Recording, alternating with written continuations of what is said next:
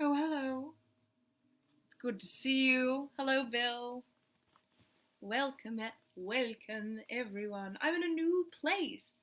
Well, it's new. It's temporary. I'm visiting a friend in Baltimore, so I thought I'd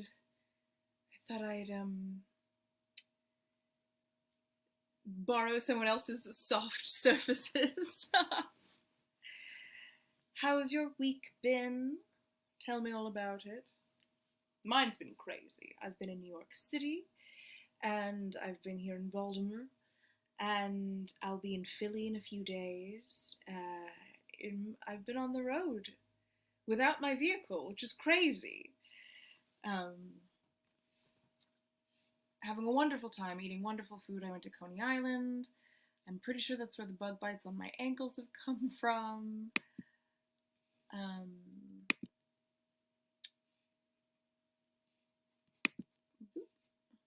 I'll leave that at the bottom.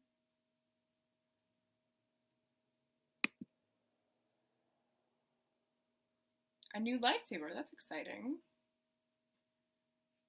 I think I mentioned it in another episode, but if I had a lightsaber, the color would be floral. And I had an idea. Hi, Johnny O Twitch. And I had to date because I was at Coney Island. I had this full-on moment of like, okay, so that's where The Warriors was filmed in the '80s, and I had this thing about if I had a gang in The Warriors, then I would be Flora and the Maximalists, and I would be Flora, the queen bitch of the Maximalists, and my gang would all just be weaponized floral prints. It would just, hi Sally, hi Demo Jake. So everyone would just like I'm wearing right now, but like so aggressively that it makes you a little ill to look at it. So like you can't really fight a gang that you can't like really look at because they're so bright and their florals and patterns are so weaponized. So, um, so that's my thought. If I were living in the post-apocalyptic Coney Island world of the Warriors, or even Escape from New York, if you want to go there, um, Flora, Flora and the Maximalists. That's my theory. All right. So I was just saying, darlings, that I've had a huge week, and I am currently broadcasting from Baltimore, Maryland. I am at my friend Hot Todd Lincoln's house. He's a sideshow performer and an MC up here, and um, he's gifted me the use of his soft surfaces so that I can read you a story. And I kind of love the idea of going on the road with the show, so that it's a different home, different bed every week, or at least seasonally. Um, Hi, Reverend Tommy. Not like Hawaiian shirt floral. There will be none of that. No, no, no, no, no. Um,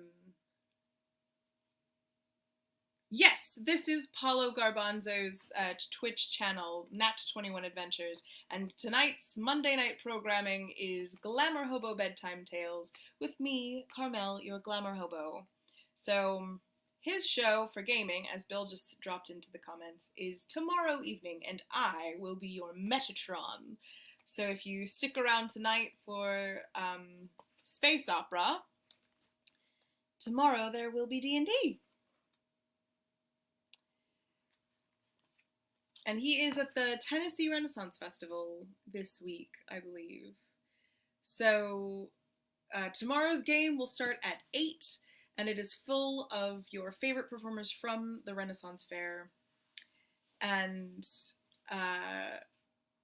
we will also be up at the New Jersey Renaissance Fair on June 4th, 5th, 6th, I believe.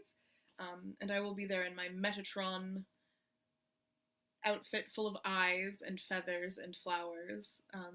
So you can actually, if you go to the New Jersey Renaissance Fair, we will see you there. But in the meantime, it is time to read you some stories. Not about the weekend I had in New York City, not about my time on Coney Island, starting a maximalist floral gang, not even about The Hitchhiker's Guide to the Galaxy, not this weekend, dear ones. This, we continue with space opera.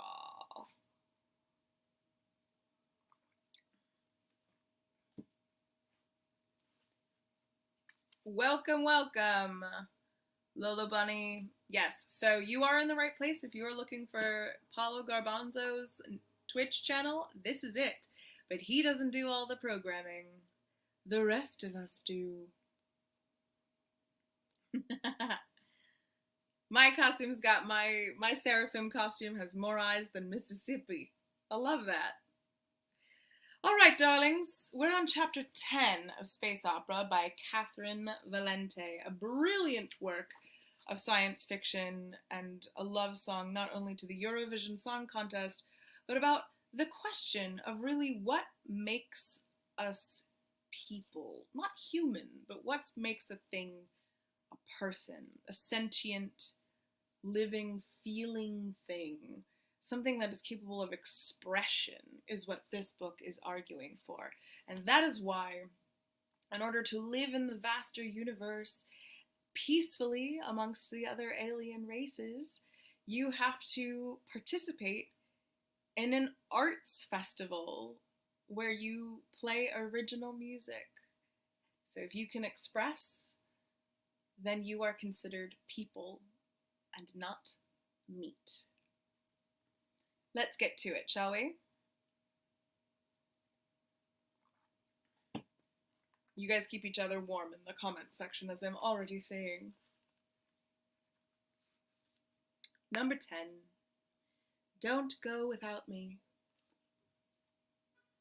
On a plush paisley couch in a large and tastefully furnished suburban home outside London, Omar Kashiklan, better known as Ort Saint Ultraviolet, the only one of the absolute zeros to make it through fame and fortune and their opposites without a personality disorder, ambiguously employed royalty collector, erstwhile boyfriend, about to be ex-husband to a deeply alienated woman in Cardiff, reasonably responsible father of 2 and one-man band, slept off the last bender of his marriage, the massive takeout vindaloo he'd ordered in, and through the invasion of Earth on a long, cool river of ambient absinthe and regret.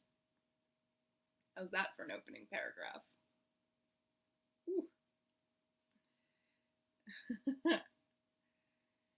Omar Kashiklan, like all humans who found themselves asleep at noon on a Thursday, spoke to the Roadrunner in his dreams.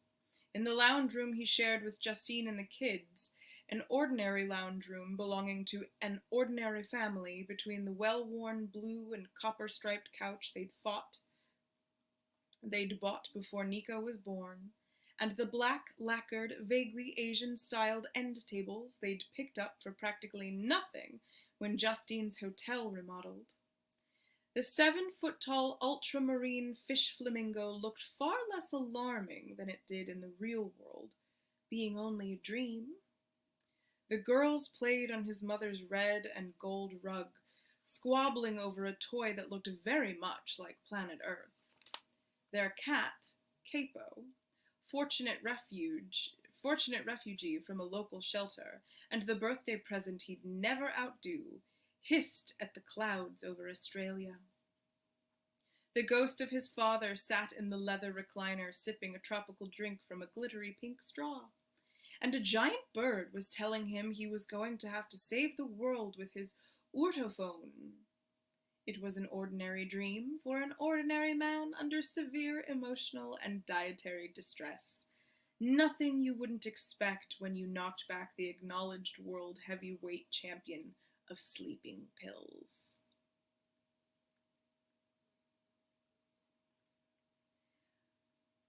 Remember, Omar Sick, his father's ghost said in the dream, peering at his son over the sugared rim of his drink, just as he'd said when they were finally given permission to move into their flat in Manchester when Omar was 6. just as he'd done every night that Omar had been sober enough to dream since. We are ordinary English family now. When the world turns the wrong way round, ordinary is best defense. Nobody bothers an ordinary English blokeman.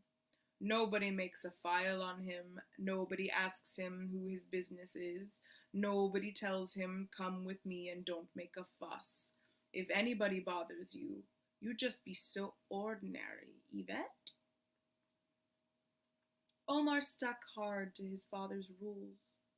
English blokeman became a kind of untouchable superhero in his head, a man so normal nothing abnormal could ever touch him.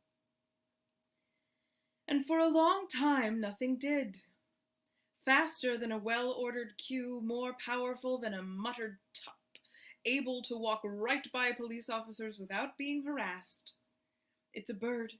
It's a plane. It's the fragile illusion of invulnerability inherent in being just like everybody else. No, it's English bloke man.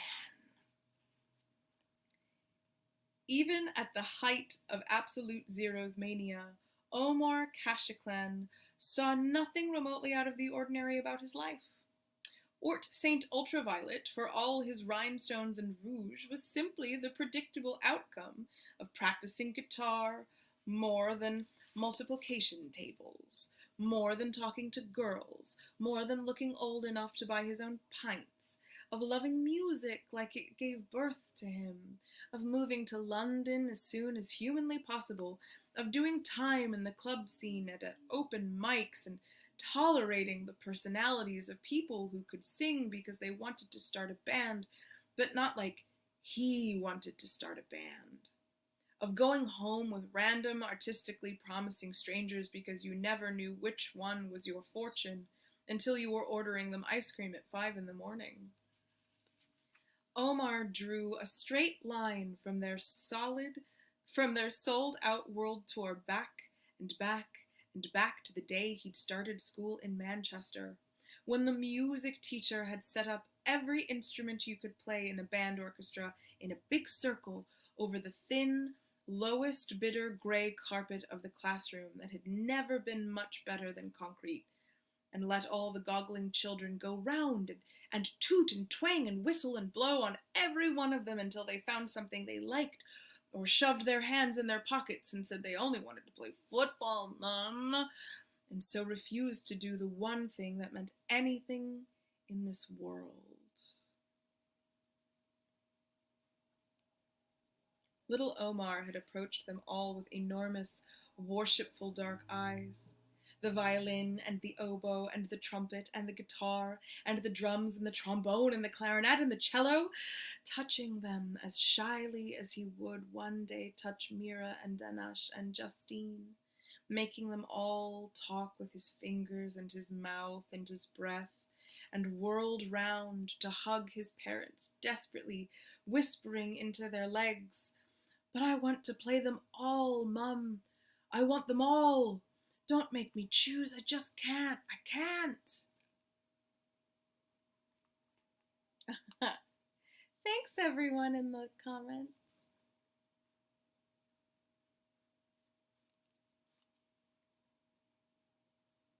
Everything that had happened to him afterwards was perfectly normal extension of that day, of that child. Even the trash fire that was Ultraponce, even rehab, even Justine getting pregnant when they'd been so careful, even that horrible night in Edinburgh, even their second daughter, just as unexpected and unimaginable as the first, even Justine's affair and his, and then couples therapy on Tuesday nights for the rest of recorded time, and even working for 15 years as a session musician like it was an office job, playing anonymously on other people's albums, other people's genres and styles and standards, in jeans and a t-shirt for someone else's band, and only enough concealer to conceal his hangover, just as long as he was still playing. That was all fine. This was all normal. If you were writing a book about a failed pop group, that's how it would go. It was an ordinary story, the story of 1,000 other musicians, the story of English blokemen. Omar felt safe inside that story, if not happy, if not much of anything else. Does it ever make you sad to only have one moon? The roadrunner said, grooming Justine's long brown hair with its dark beak, while she stared straight ahead into the nothingness of dreams. It would make me sad. It's the usual number, isn't it? Omar was quite worried. Not overly, answered the fishbird, and then Capo was pouncing hard on his snoring chest and licking him and kneading him until Omar Kashakan groaned himself awake. He opened his gunked-up eyes to find himself meeting the cool-mouthed, washed-green feline gaze of the short-haired white cat that had stayed when his wife had not. Capo seemed to have brought company. Something was looming behind here, two somethings, two blurry somethings. Something neither cats nor daughters nor estranged wives nor curry deliverymen. Something old. Something blue. Omar's vision finally focused around the Roadrunner and Decibel Jones. He had no idea what was going on, but it felt somehow inevitable. He had always been headed for something this unrelentingly, unforgivably stupid. Hiya, Ort, Decibel said as gently as he could under the circumstances. The Eska cleared her long, soft throat and asked in an eminently neighborly tone, Do you think I might trouble you for a steak and a glass of milk? Whole if you have it, but 2% would be fine. What alien asks for a glass of whole milk, or 2% for that matter? 2% isn't milk. Remember to hydrate, darlings, it's very important. Before we move on to chapter 11, I should share that my host has made me a delicious beverage. It is sun tea made with black and mint.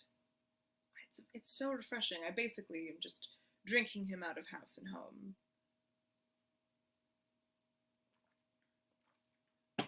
All right. Chapter 11, 1944. The Sentience Wars began and ended at a public bus stop. Starships are frightfully useful and pleasant things, but not, strictly speaking, a must-have to get around town.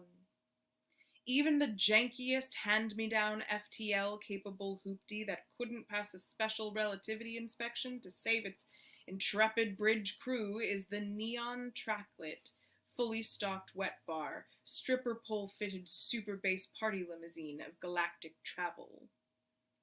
It doesn't just get you from planet to planet, it gets you there in comfort, good company, high style, full of canapes, with a good buzz going, and looking like somebody to reckon with, which is very important to most young species trying to splash some cash around and make their mark in the nightlife. But you could always take the bus.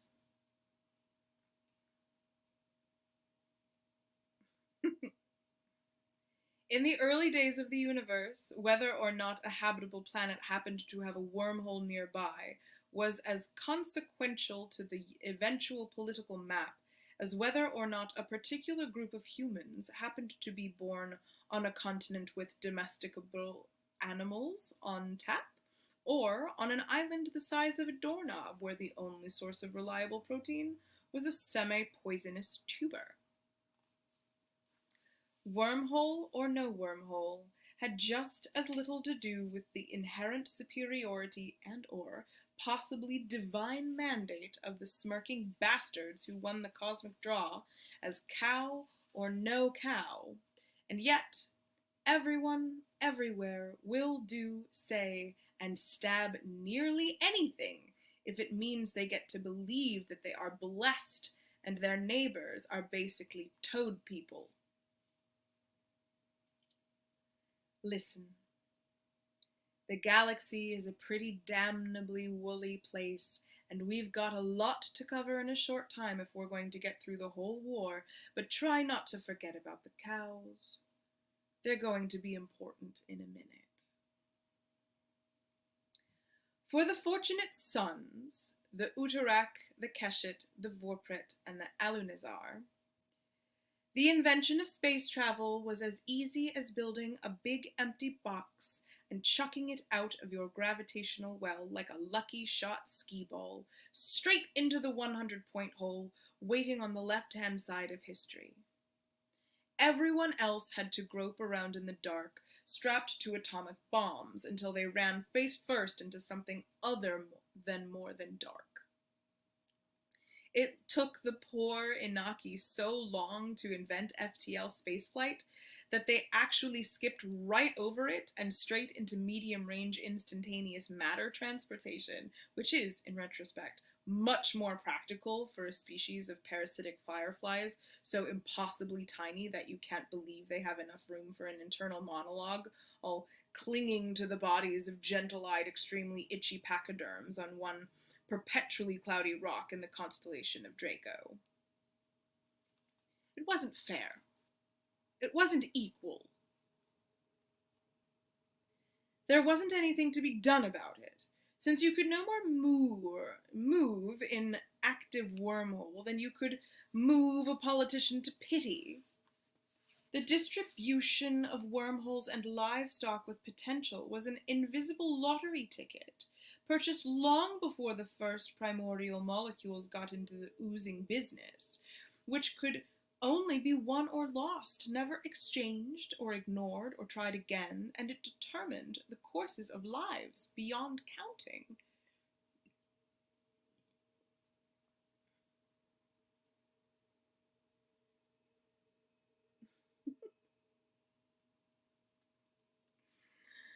Now, these days, wormholes are galactic public transport. Taken for granted, run down, underfunded, unsanitary, and unloved, crammed with commuters and pensioners, unruly young species, and drunks who can't get home on their own power. I just spent the weekend in New York City, so this is the goddamn truth. The walls of any given wormhole are infested with indecipherable graffiti in ancient, impossible tongues, the only evidence of entire cauterized timelines and vast unspeakable intelligences trapped on the other side of the cohesion matrix, as well as whether or not Ursula was here. You are almost certain to get gum or vomit or causality or all three on your shoes. For a few centuries there, the Alunizar got away with claiming to have invented wormholes. I love this story, by the way. This allowed them to collect spectacular tolls, tax cargo, conduct random security checks, and confiscate any particularly exciting items, and shut down routes for regularly scheduled repairs that, by innocent coincidence, happened to be popular with civilizations who objected to the Empire's habitual interstellar man-spreading. Their story passed the smell test, at least. Those blobby, overgrown, stained glass sea squirts had been around longer than anyone except the Elikon, whose entire society depended on never spilling anyone else's socio-political beans, no matter how piping hot or juicy they were. They did seem to know how to patch up the works when the system sprung a reality leak. The Alunu Prime was undeniably parked in just about the most advantageous spot for the whole quadrant, cozily adjacent to the N, F, R, L, and J lines. Besides, how else could they have colonized so much so fast? Aquatic species have a notoriously tough time handling the usual technological transition from ruining their own planets to ruining whole star systems. While mammals, insects, and enlightened lichen can zip about as long as they take along a few houseplants to micromanage the air cycle. The, unlike, the unlucky space whales of this universe have to sort out how to get a ship overburdened with the absurd weight of a personal ocean into high orbit. No matter the magnitude of science's triumph over nature, it will always be much easier to get a helium balloon to fly than a water balloon. Yet, everywhere you went, the Alanazar were already there. They lied, of course. Oh, how they lied! They lied through their siphons. They lied shamelessly for generations without a single ill-timed giggle to give up the game until the truth took out 3 cachet frigates, 6 moons, a pulsar, an Alanazar mining colony as close to the border of used space as they could manage, and still get invited to holiday parties, a used yacht containing the royal family on its way to their annual beach holiday, a bathtub containing Musmar the night manager, he's the ancient ruler of the Elikon, who were very surprised indeed to find himself naked and soapy and cold on the black floor of his ablution chamber.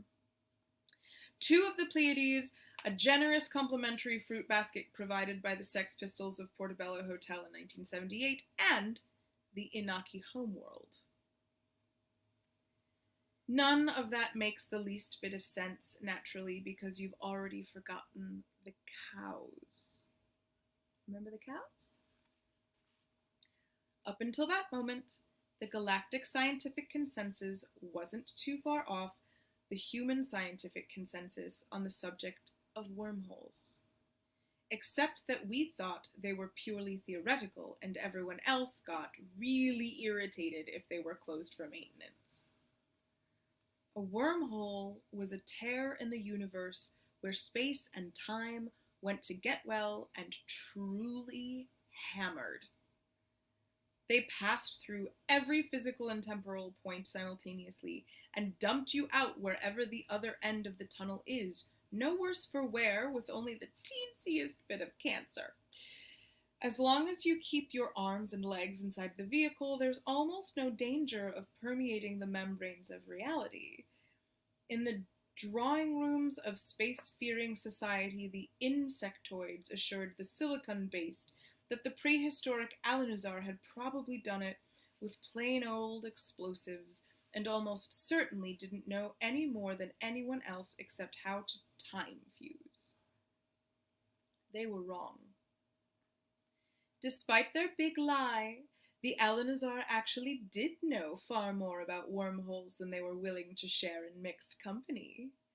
They had lived alongside them for an entire history of their soft and tubular race. They had used them to acquire an interstellar empire at a fabulously steep discount. They had tended and groomed and guarded the cosmic subway for thousands of years. They hadn't the first thing to do with inventing wormholes. It was the same pure imbecilic drooling luck that so many of the bloody things opened up just outside Aluno Prime's gravitational sphere of influence that dealt Europe a royal flush of luxury high-speed horses, butter-dispensing cows, jumper-shedding sheep, bacon-distributing pigs, and non-unionized donkeys, and Australia had a full hand of fuck all. You can't, after all, invent an animal. You can only domesticate it. It's all down to cows in the end, you see.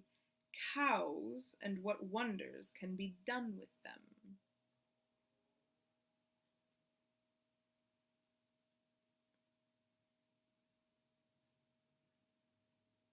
The fact of the matter is, a great number of people have, for some time now, been merrily lobbing themselves both ways through the digestive tract of incomprehensibly ancient, infinitely unbothered beasts and paying handsomely for the privilege. Life is beautiful, and life is stupid. The life cycle of a quantum-tufted domesticated wormhole, Lacuna vermis familiaris, takes place on a scale that beggars the imagination, kicks it while it's down, and lights it on fire. Admittedly, striking anatomical differences aside, of all the species in the known universe, they have the most in common culturally with the giant panda bear of Earth.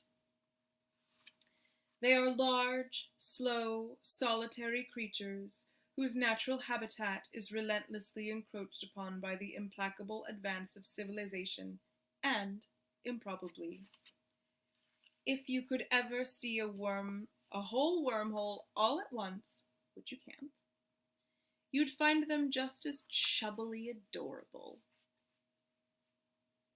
They spend most of their time sleeping, can only consume a widely available but barely digestible substance that gradually poisons them, and respond to the process of reproduction, which everybody else finds pretty exciting, with little more than a vast cosmic ennui.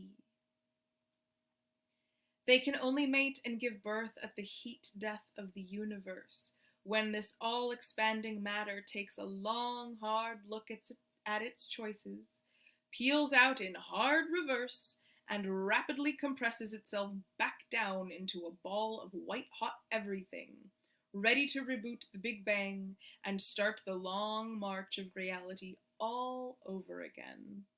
Only this time without anyone ever inventing paper clips. The first thing that ever happens to an adorable baby wormhole is that it rather dramatically explodes. So it's hardly a wonder that they're not terribly good at parties. Like kudzu roots, some small part of them remains forever in that continuous moment of detonating lava and life, while the rest of them is flung into every part of space and time by the sheer physics pummeling force of the beginning of everything.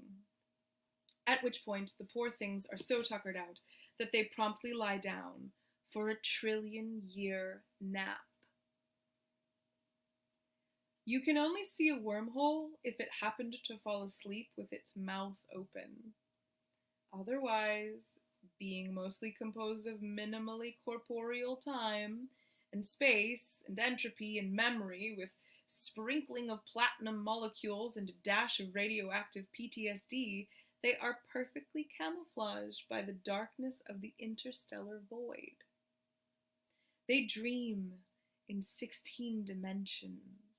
They breathe once a millennium. Their language is nothing but umlauts. They drift mindlessly through all that ever was, or is, or will be, drawn this way and that only by the smell of food that might flow effortlessly into their sleeping mouths. The giant panda eats bamboo. A wormhole eats regret. As anyone with a passing interest in self-help books knows, new quantum realities are being formed all over the place every time some collection of hyperactive molecules decides between sushi and curry for dinner, or whether to marry their childhood sweetheart, or to see what else the world has to offer, or whether to sort out how to derive energy from chlorophyll, or meat, or both, or neither. The universe is a very large and very complicated demonstration of having one's cake and eating it too. It sees no reason not to have it all. But most hyperactive molecules must proceed linearly along their own fork, unless they are the Keshet, only grazing the surface of other timelines as they yearn and brood and wonder what could have been, if only they had chosen the yellowfin sashimi, if they could only have been satisfied with loving that one gorgeously familiar face, if they could now stand green in the warmth, drinking down the sun. It takes energy for new roads to diverge in new woods, and no energy is spent with complete efficiency without waste. Where wood is burned, there will be ash. The waste product of the constantly dividing multiverse is a fine, drifting mist of regret, and no wormhole has ever starved. I would like to point out for a minute right now, speaking of the multiverse theory. So there's an app that some physicist decided was a good idea to split universes. And that is to say, you put in a question like, should I wear my hair up today or should I wear my hair down today?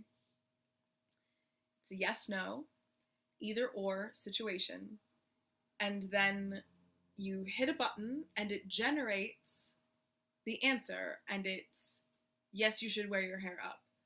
But the point is that every decision creates a new universe in which the opposite decision that you chose is existing simultaneously. So you can, even though it says you wear your hair up, you now know that there is a place where you are wearing your hair down instead. So the only rule of the game is that you have to follow the choice that was offered to you. Blah, blah. Why is this a bad idea? I'll tell you why. Because you don't need a fucking app to tell you that you have choices and to choose one. Just make one. Just make a choice.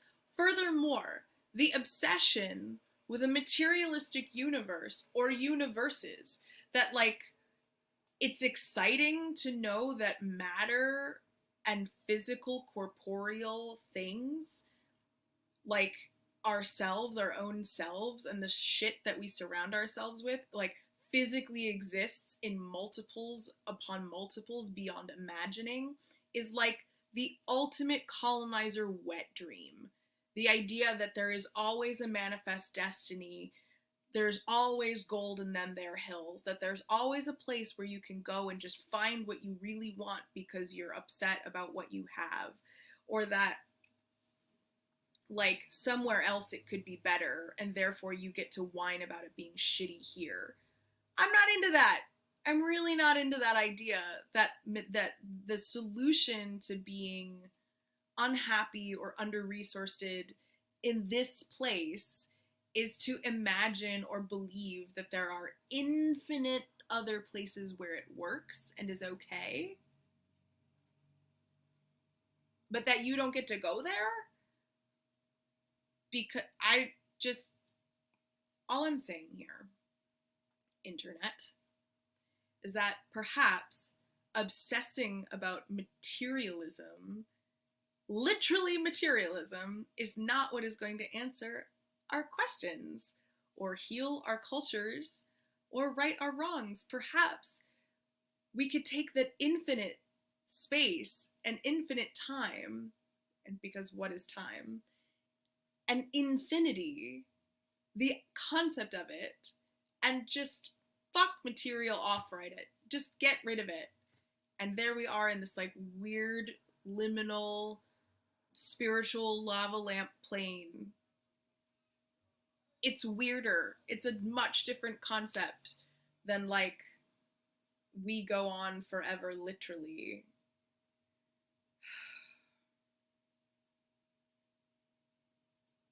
I have a lot to say about this, but I'm going to continue with the story. End rant.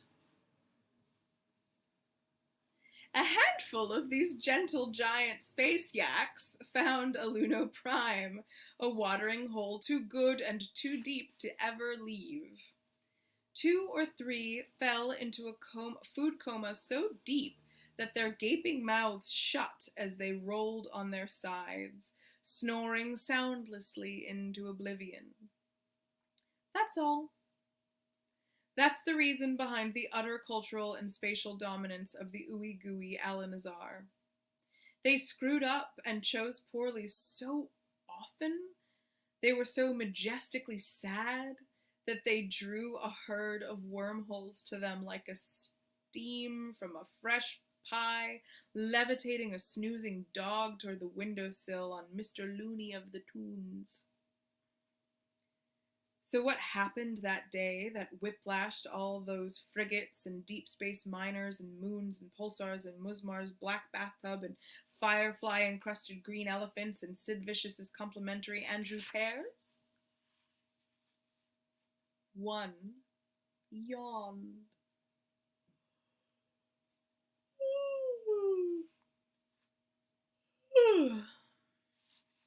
A wormhole yawned in its sleep, and the yawn ricocheted through a stack of realities like a snapped power line, and suddenly everyone could see a new glittering gap in the sky. And on the other side of that gap lay the far side of the galaxy, unexplored, untapped, unreachable by the usual party ships until that moment. On the other side lay the Jiv and the Vorpret and the Volna and an intelligent twilight mega hurricane called Hrodos, and the Ursulas and the 321 and the Smaragdi, and far beyond even them, a small, watery, excitable planet called Earth. Unfortunately, the Yus thought the Alanazar had blown their royals out of the sky. The Alanazar were convinced that the Yus had decided to push back their colonies for no good reason at all. A band of Keshet single-timeline separatists took credit for the moons, but blamed the frigates on the Sol's hit. The Utarak and the Meleg had disputed ownership over the pulsar for generations, and each assumed the other had finally gotten sick of messing about discussing things like adults. And the Elikan quietly seethed about the theft of their long-dead emperor's bathtub, but, in order to not compound the offense by dishonoring Musmar's philosophy on neutrality, simply started selling weapons to positively everyone. Half the Milky Way was already steaming by the time they encountered the meat of the other half, and the sentience wars progressed at record speed from confusion and posturing to, in technical terms, an intergalactic shit show. Thankfully, the Sex Pistols weren't much for the apples and pears anyways, and never noticed anything was amiss.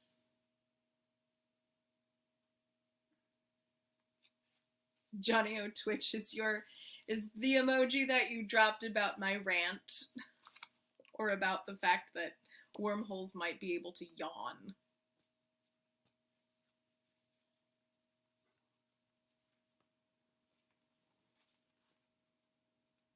All right, one more chapter, I think, before we wrap for the evening.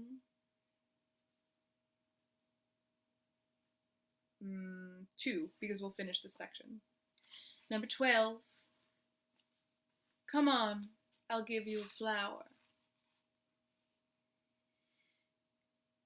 It was the yawn. Oh my god, right? It's the best idea. It's just the best idea that not only is a wormhole the intestinal tract of an eternal, unknowably large animal that eats regret and is drunk off its ass, but like, imagine watching space-time yawn.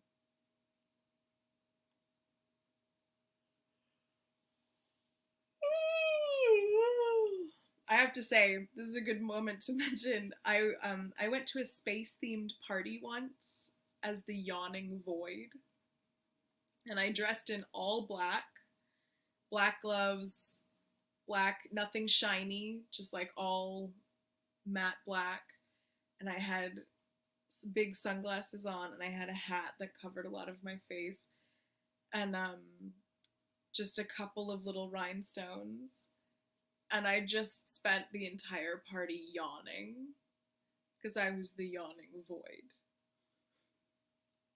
That is the kind of costume that I do for Halloween, children. When you're a glamour hobo and you put on a pretty dress and you pretend to be an 18-foot tall seraphim for your job, then Halloween is different. It's a lot more intellectual.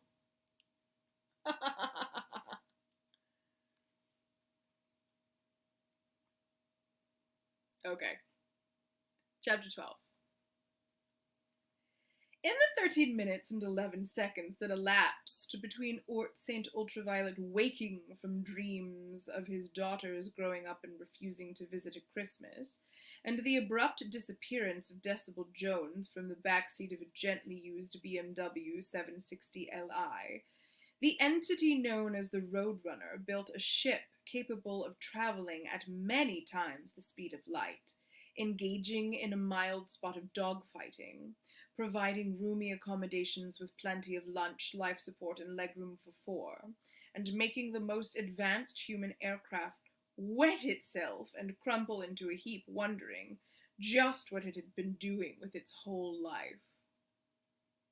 Aerospace engineers around the world, take note. The tall blue flamingo fish reached up and scooped the gelatinous green hair accessory off her head like a woman removing an earring at the end of a long day. The alien presented the gummy flower to two of the three absolute zeros with obvious pride, though it was no bigger than a paper water cooler cup, and parts of it were crusted over with tiny yellow and pinkish warts, and all of it smelled like Brighton Beach at low tide. "I require a substrate," chirped the Eska happily. "Are you terribly attached to your headphones?" St. Ultraviolet, deeply apologetic creator of the maddening earworm that was the current West Cornwall Pasty Company's jingle, "Live and Let Pie." Ah! Puns! I've been swimming in a sea of puns all weekend, so that's amazing. Live and let pie for a pie shop. Somewhat reluctantly handed over his bespoke Coup and Company oversized, over-ear, oversensitive headphones in the limited edition Phantom Pearl color scheme. "I promise you, Urt," said the Roadrunner with soothing protectiveness, "in terms of audiovisual equipment, anything you have down here, we can do better up there, and, well, everything else too. It's not your fault. No one expects more from a species that still uses electric kettles."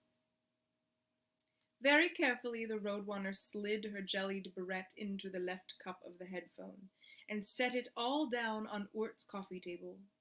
It wobbled there for a moment. Then thin, gluey tentacles shot out and covered the space where a human head was meant to fit with a fleshy, semi-transparent spiderweb. The mouth of the flower sucked at the air expectantly. The Eska poured a pint glass of whole milk directly into that almost obscene little polyp, then fed in a large, raw, well-marbled steak that Urt had fished out of the freezer and shoved into the microwave, whereupon the most piercingly awkward silence of his life descended on his estranged former bandmate, and a giant feathered alien waited for the defrost cycle to finish. "It's a kilo steak. I bought it to share with the girls on Saturday," Urt had mumbled sheepishly. "Cheaper than buying 3. Capo meowed and glanced meaningfully at her empty food bowl.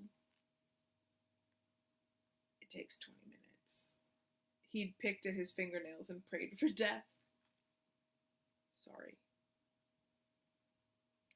The phlegmy flower chewed the defrosted meat down, inch by inch, with obvious satisfaction. "Lucky thing you had a ribeye," the Roadrunner mused unsettlingly, in Urt's mother's voice. "We might have had to waste time popping down to the shop. Sirloin doesn't have the necessary fat content, you know. Fat's just the thing for spaceflight. Fat and calcium." "I should call Justine," Urt said suddenly. "The girls will worry." But the man Rolling Stone once called Orpheus reincarnated as the holiday decor section of Debenhams did not get to say what he wanted to tell his daughters or the wife he'd ignored in favor of a music studio far too many times, as things began to happen at an astonishing rate. Razor-sharp metallic snowflakes erupted fractally out of the sea-flower headphone combo platter. Fluorescent black coral shot out of it like parachutes deploying.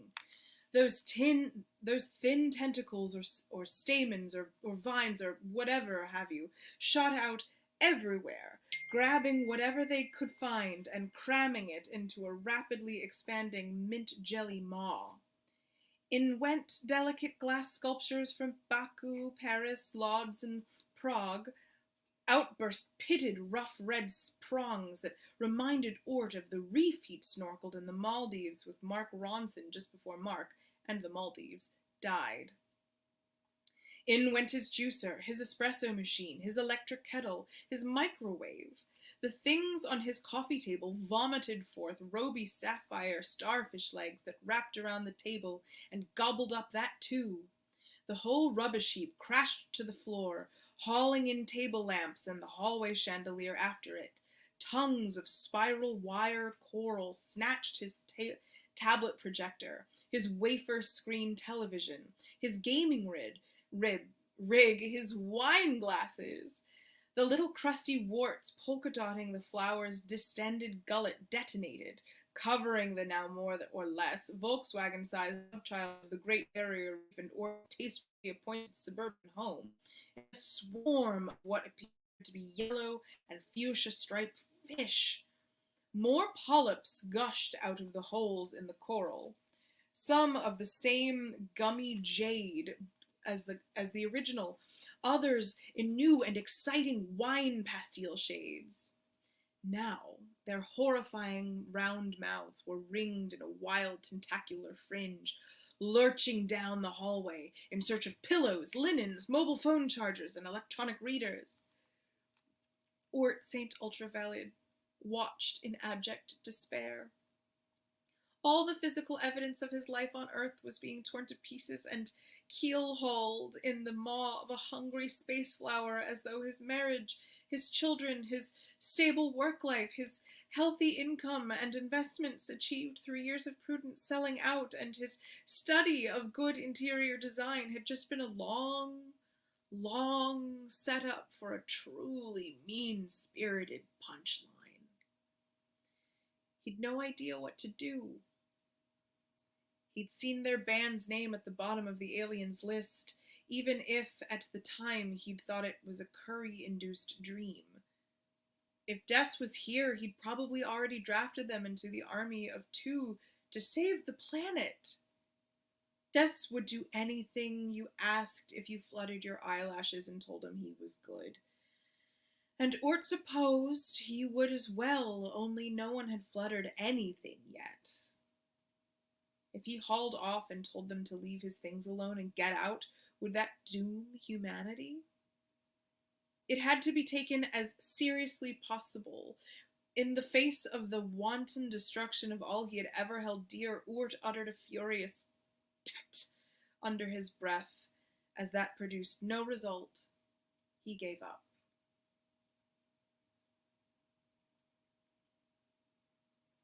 Ort barely escaped becoming one of the volcanic stake-fueled repo beast. His beloved ortophone was not so lucky. Ultraviolet watched it get sucked down into the biological sinkhole in total horror. It went to the hallway mirror, a vase full of Venetian glass dahlias, and Capo's water bowl. It was slowing down now, but only because it was running out of fuel and room to maneuver. It reminded Ort, suddenly, of those little brightly colored pills he'd loved as a kid. You put them in a sink full of water, and in 30 seconds they swelled up to a big foam dinosaur you could play with. What are those called? Shrinky dinks or something different. What are they called? Internet, tell me what those things are called. However, this was not a foam dinosaur you could play with. It was a bespoke, late model, oversized, overhauled, over-torqued, guaranteed to work even in the most inhospitable environments, wearable, instant short-range combat shuttle in the limited edition Kaleidoscope of the Sea color scheme. 100% manufactured on Bataclick by your ever discreet friends at the Urgama conglomerate. And it was almost finished. 2 mauve sea cucumbers shot out of the top of the infant ship and seized the gas range. 4 tangerine anemones ripped down the roof, leaving them standing in a gaping sinkhole in the middle of his once respectable neighborhood. Capo scrambled up his pant leg in a desperate panic, shrieking and leaving serious stab wounds in his calves. The Eska frowned, inasmuch as a beak-like and upside-down boomerang can frown. She reached out one long, silvery blue frond and inserted it directly into the shelter cat's pink ear. Capo's eyes went wide, her pupils blew out. She didn't shriek again. Her claws retracted, and Decibel caught her as she dropped like a rock off Ort's shoulders. Capo stared up at him, blinking furiously. Then she yawned. The ship rose high above them now, a mass of living coral and understated style, swathed in translucent cerulean jellyfish bells, and swarming with every ounce of symbiotic life you could cram into a flying ecosystem the size of a blue whale. The Roadrunner trilled joyously. Her eyes filmed over briefly, just licking the surface of their memories. Your Uber has arrived. A hatch in the underside of the Urgama conglomerate's instant short-range combat shuttle that had, a moment ago, been a white leather couch, opened before them. 6 carbonated glutoamino exhaust ports ignited in the belly of the stern with a sound like an overexcited jacuzzi jet, casting candy cane-colored shadows in the ruins of a very nice place to live.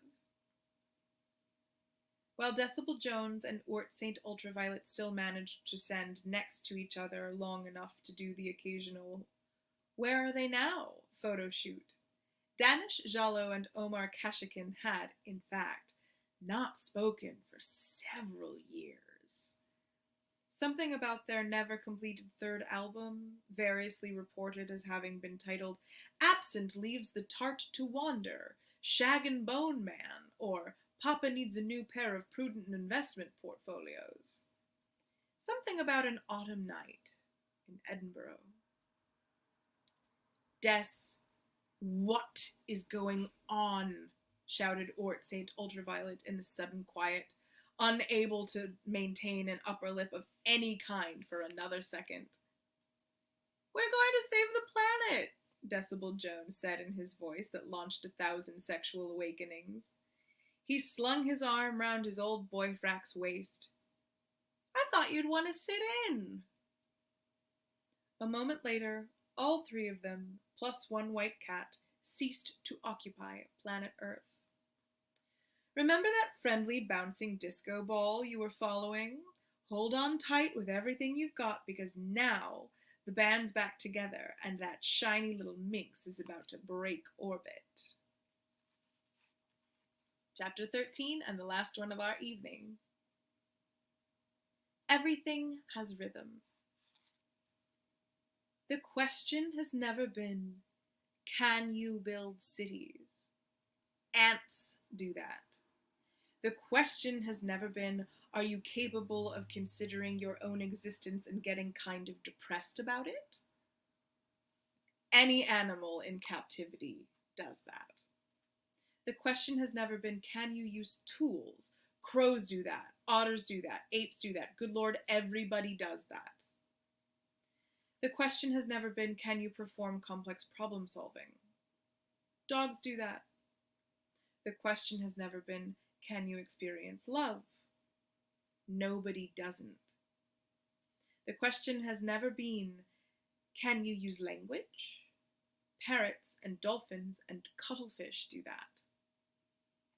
The question has never been, do you understand object permanence? Can you recognize yourself in the mirror? Do you bury your dead? Do you bond emotionally with your young? elephants do all those things, and some humans definitely don't. The only question is this: do you have enough empathy and yearning and desperation to connect to others outside yourself and scream into the void in four-part harmony?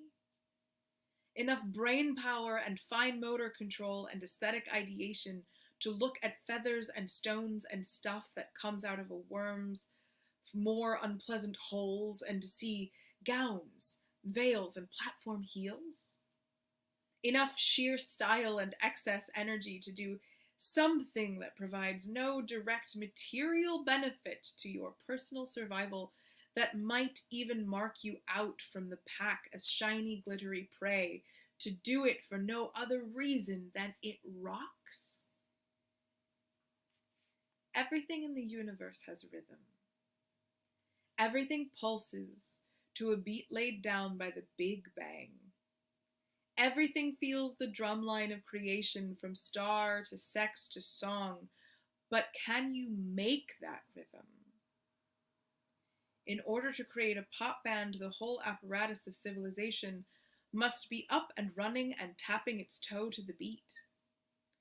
Electricity, poetry, mathematics, sound amplification, textiles, arena architecture, efficient mimetic exchange, dramaturgy, industry, marketing, and bureaucratic classes, cultural critics, audiovisual transmission, special effects, music theory, symbology, metaphor, transportation, banking, enough leisure and excess calories to do anything beyond hunt.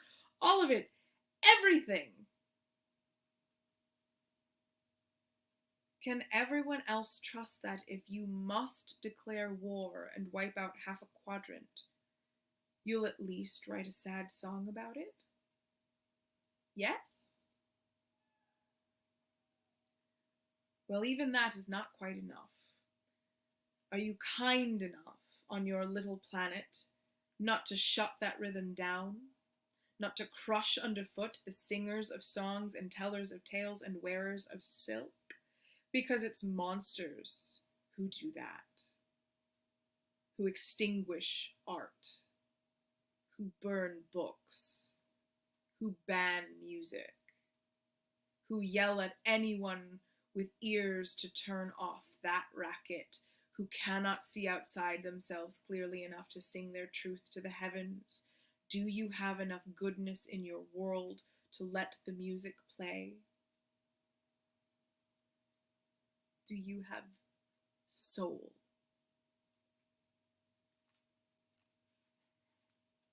And that is where we will leave it tonight. My loves, it has been my pleasure and my privilege to be here with you, reading Space Opera by Catherynne M. Valente. My name is Carmel. I'm your Glamour Hobo, and this evening's show is brought to you by the letter B. B for Baltimore. That is where I am broadcasting from, and I hope that you are well.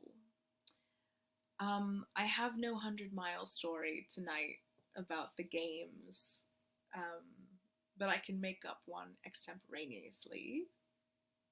Let's see, what happened? There's a lot of stabbing, there's a lot of Minotaur, tense Minotaur love. And the undead, or the dead, were able to go back to the underworld, if I'm not so mistaken. So let's say 700-mile story. Island of Sicily on the Kingdom of Urt.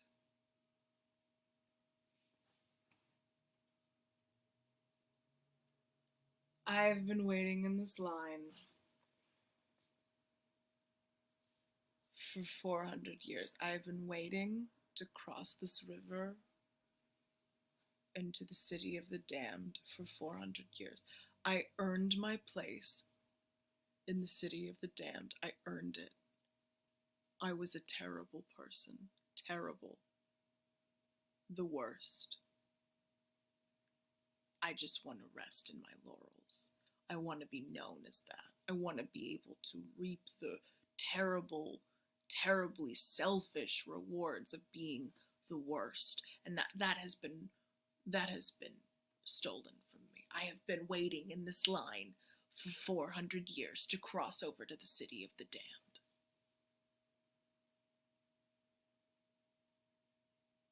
I don't even have a crossword to keep me company. All I have to do is just stay mad about it. I died mad about it, and now I have to stay mad about it.